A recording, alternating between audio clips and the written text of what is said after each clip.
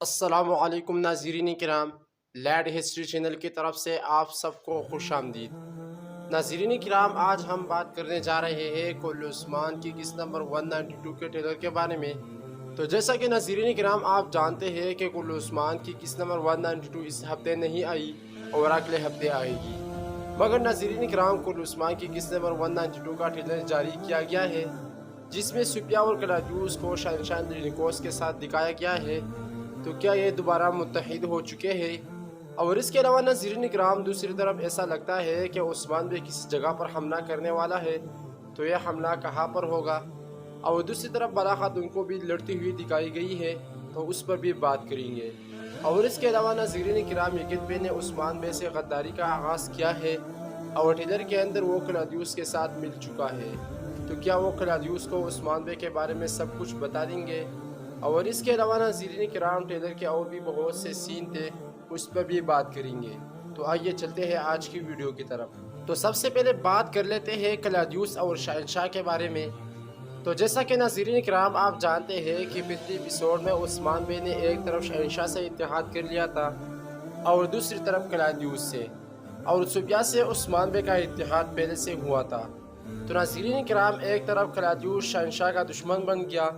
جبکہ دوسری طرف عثمان بے کا اتحادی، یعنی عثمان بے نے الکچار اور کلاڈیوس کے اتحاد کو توڑا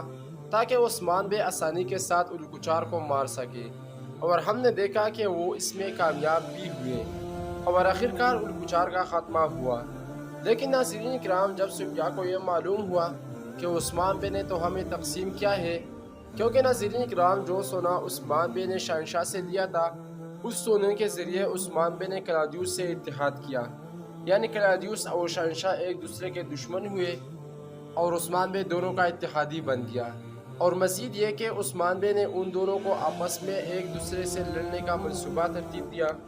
تو ناظرین کرام آنے والے ایپیسوڈ میں سپیا شہنشاہ کے پاس جائے گی اور شہنشاہ کلاڈیوس کو بھی وہاں پر آنے کا حکم دیں گے، کیونکہ ناظرین کرام منگول تو ختم ہو چکے ہیں اور اب باری ہے بازنطین کا، اس لیے شہنشاہ سپیا اور کلاڈیوس کو متحد کرنے کی کوشش کریں گے۔ اور ایسا لگتا ہے کہ کلاڈیوس نے جو کیا ہے شہنشاہ اس کو بھی معاف کریں گے، اور میرے خیال کے مطابق یہ سارا کا سارا کام سپیا کرے گی، کیونکہ ناظرین کرام اس کو یہ معلوم ہو چکا ہے کہ عثمان بے نے ہمیں تقسیم کیا ہے۔ مگر ناظرین کرام اہم بات یہ ہے کہ کیا یہ دونوں متحد ہو جائیں گے؟ تو ناظرین کرام ایسا لگتا ہے کہ شاید یہ متحد ہو جائیں گے،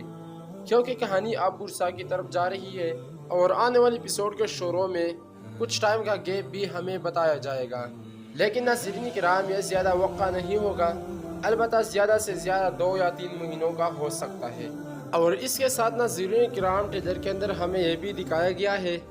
کہ کوجا بے کا قبیلہ اور حسن بے کا قبیلہ عثمان بے کے زمینوں پر آ چکا ہے،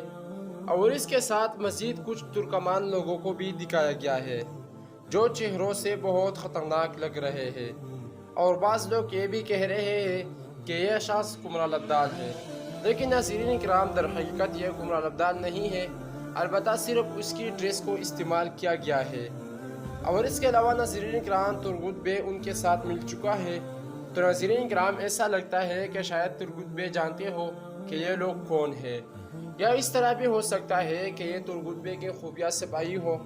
کیونکہ ناظرین کرام ترگت بے بہت عرصے کے بعد واپس آ چکا ہے،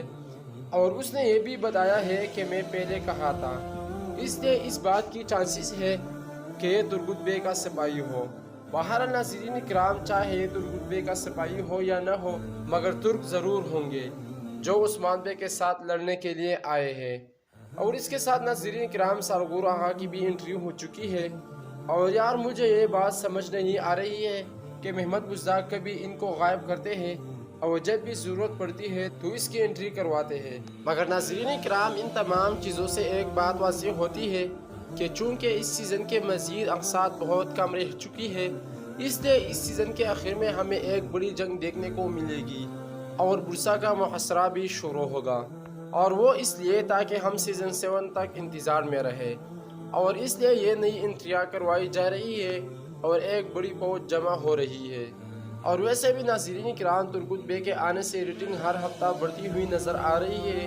اور پچھلے ہفتے کل عثمان کی ریٹنگ 10 نمبر سے لے کر 6 نمبر پر آ چکی ہے،